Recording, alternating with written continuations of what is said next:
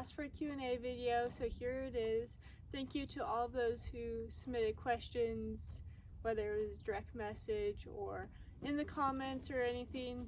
So that's what we're going to be covering today. So let's get into it.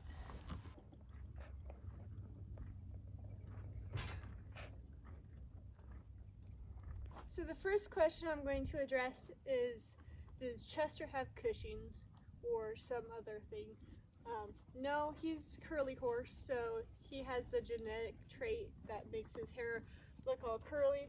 Not really that curly right now, his hair's kind of laying flat, but you can see all the waviness and you can see the curls in his ears. That is the genetics of a curly horse. He's a Mustang from Fish Creek, Nevada. They're known for having the curly trait.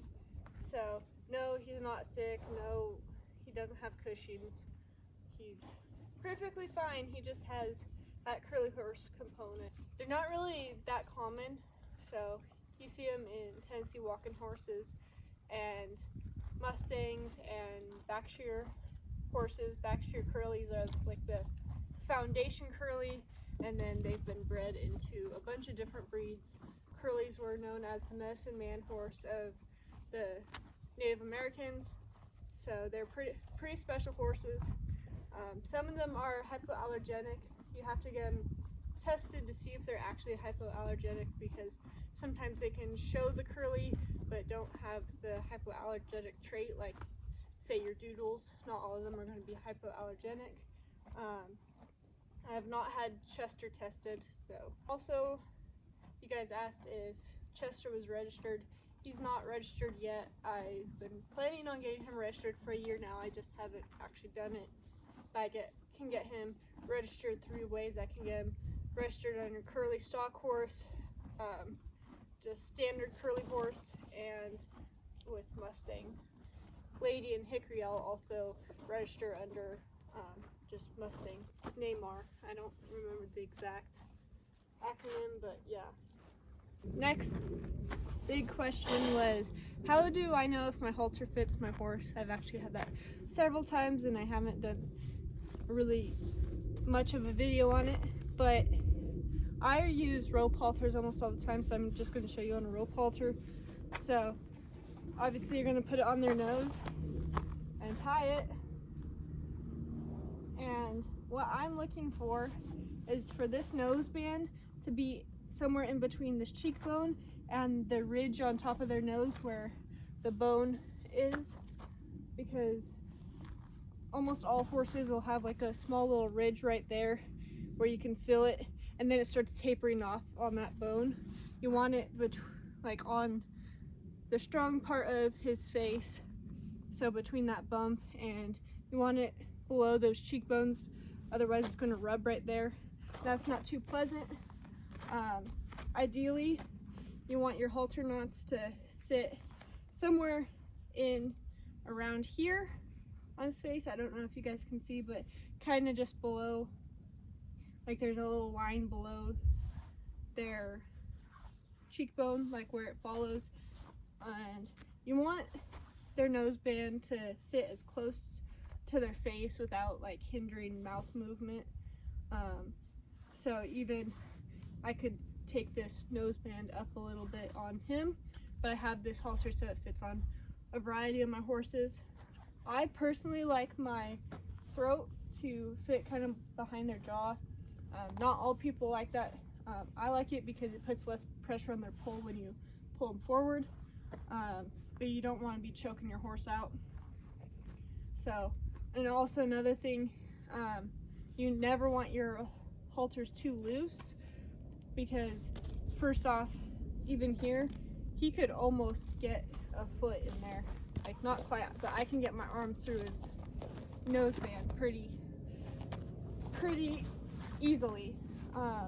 If you have shoes on your horse, you don't want to leave your halters on like without being attended to.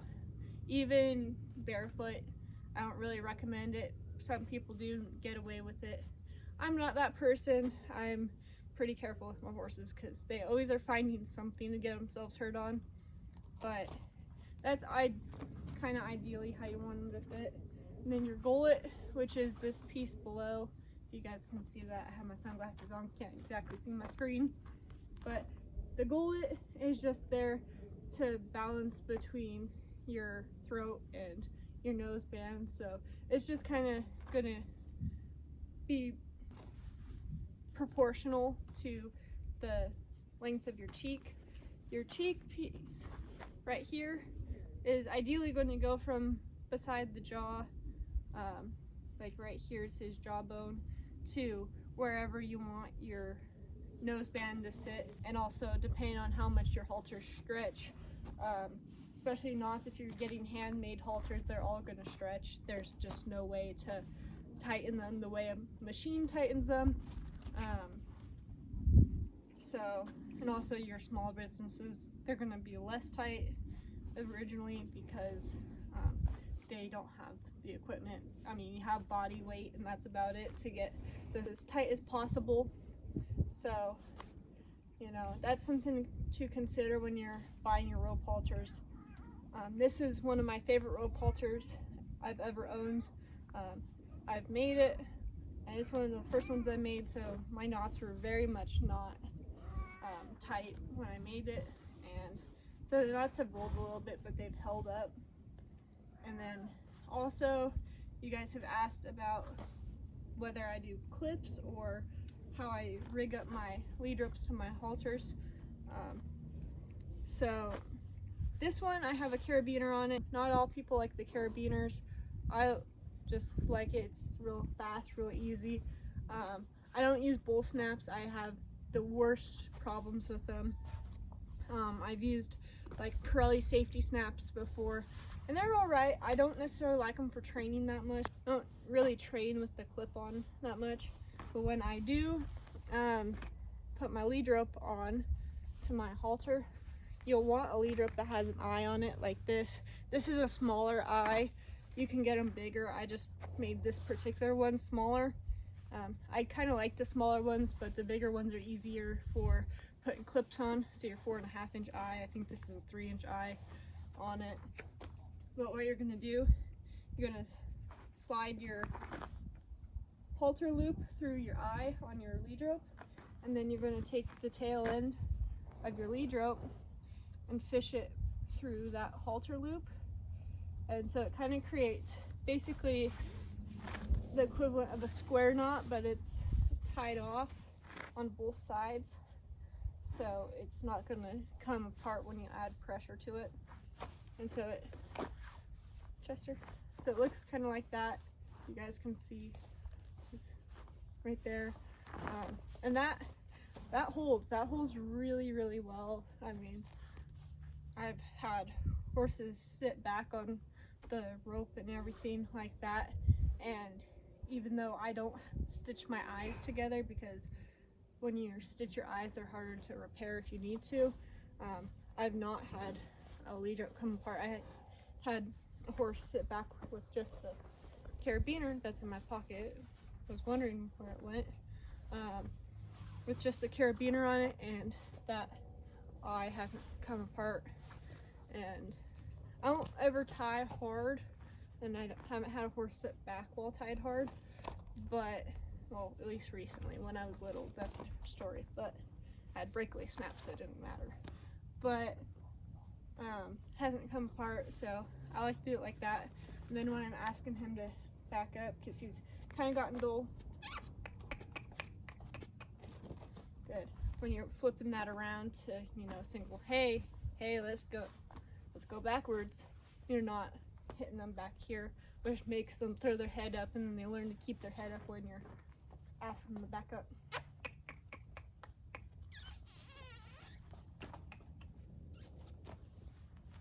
Good boy. But so that's how I do my lead ropes. I think this is actually a shorter lead rope than normal. I know this was one of the first lead ropes I made, and it was a little bit defective.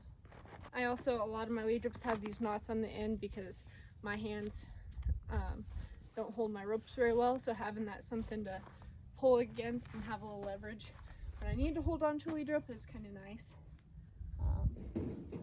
But yeah, Another question I've been asked is, how do I measure my horse's height and weight? I still have Chester here, so I'm just going to use him as an example. So I have this handy dandy height and weight tape. On one side it has all the hand measurements, and on the other side it has like around measurements, and it's pretty accurate. Like weight wise, height is definitely accurate if you do it right. And so this is how I do it. So obviously you have to have your horse pretty well set up. I'm gonna bring his head up some so that I can get him set up.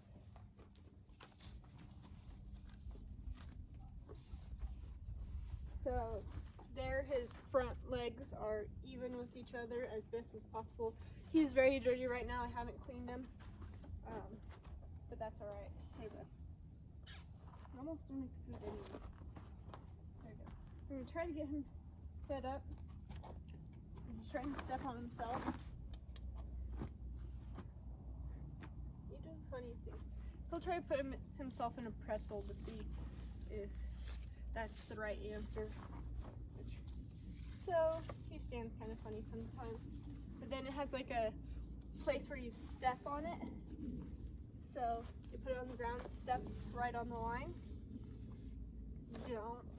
Dude, you were set up nicely. And then I'm gonna go like right next to his foot, like kind of by the heel of his foot ish, depending on how your horse stands. He stands his feet a little forward, at least right now, so his withers are about right here. And then I make sure I'm right on the line, and I pull up, and then I go straight across. Make sure I'm on the line because I just slid off. And we're right at 15 hands right now. So that's how tall Chester is. He's 15 hands. That's how I use the tape. You can get fancy dancy like measuring sticks for them, but I've had no need to like actually get that in depth for heights. I'm not running consignment sales or anything where I actually have to check heights. So I'll check heights to the quarter of an inch. So yeah. And so how I measure weight, ask him to put his foot forward so that his rib cage is kind of normal. And so what I do is with this, you go around their body and make sure it's like laying flat. I'm kind of twisted up right now, but you take this measuring end and you wrap it around like their barrel, not in the right spot, and then you just take this end straight across. So he's about 950 pounds, which is still pretty good. We're still putting more weight on him. That's why he's eating right now, because while he's free fed, he needs a little extra. We're just building his top line, but he's 950 pounds, which that's all right for his build. He's not stocky like Coda is. Coda is 15 hands as well, but she's like 12 or 1300 pounds. Bet she's back down to 1200 right now, but she's a big girl.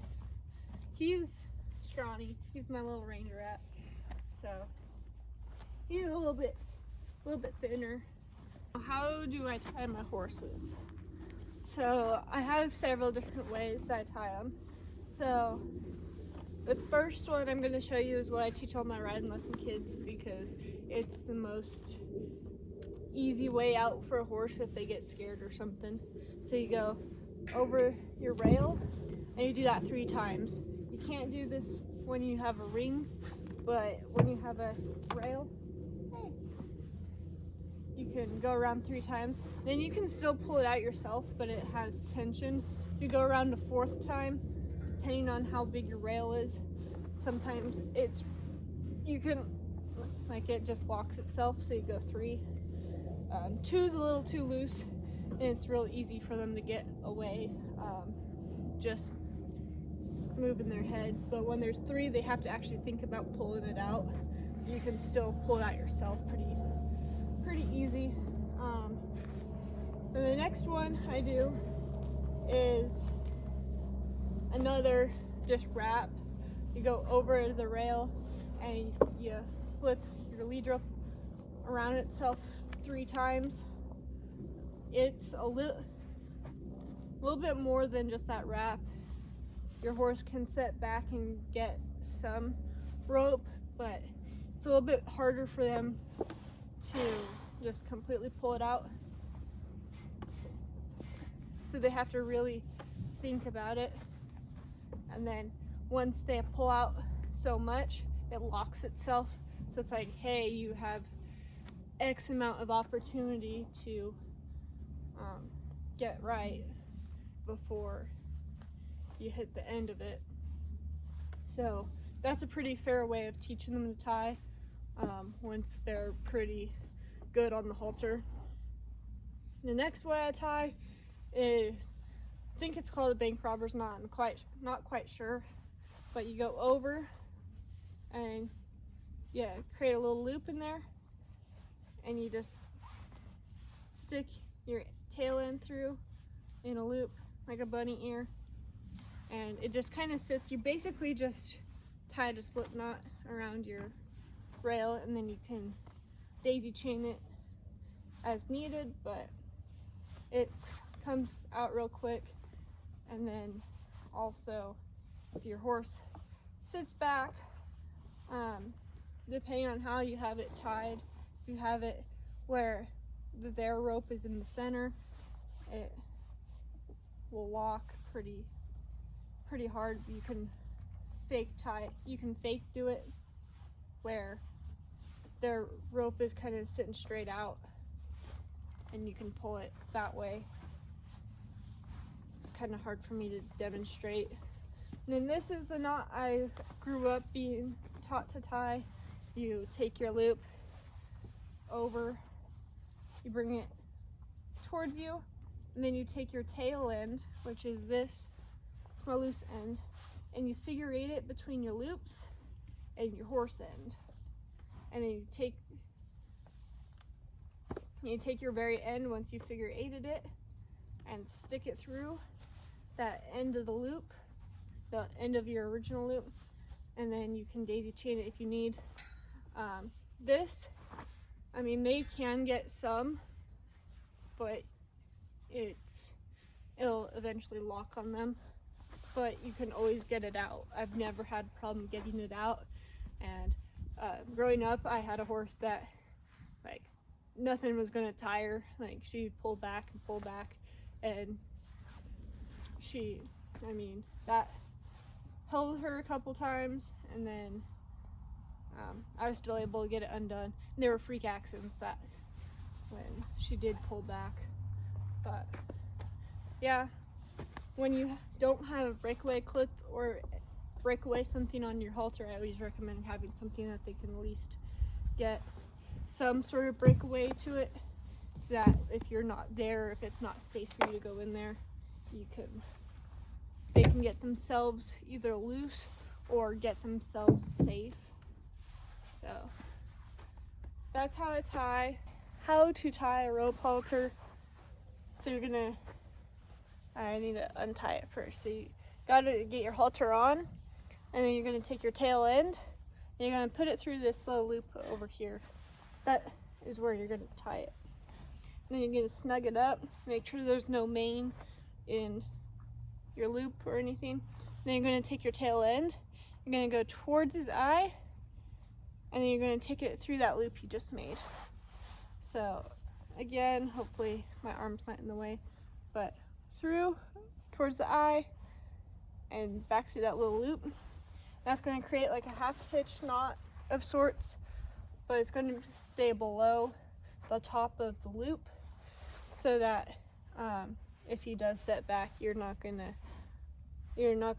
have to cut your halter off. It's gonna be able to get done pretty easy, or undone pretty easy. So again, loop behind and towards the eye, and through that pocket. So yeah. Another curly horse question. How do I take care of his floof? So I basically just take my fingers through it and run my fingers through it. Sometimes he'll get like it all matted up right here in his forelock, and I'll just take strands and just pull it apart, and then it grows normally for a while. I don't do much to it right now. He has a reverse mullet, which I'm not a fan of. So the sun's blocked out. Like, this is all the mane he has back here, and then he has about 8 inches towards his ears, and then of course his forelock, but he has a big chunk here, nothing back here, because he plays with his buddies too much and they roughhouse and tear his mane out. So, and his mane's a little bit more brittle than most. It's really thin, like the hairs itself are really thin, and so it's really easy to break that, especially with teeth. So yeah, but I mean, he's a 4-year-old horse. What do you expect? Be kind of, what's the word? Those knots, holy moly. Those knots, it's a pretty strong carabiner.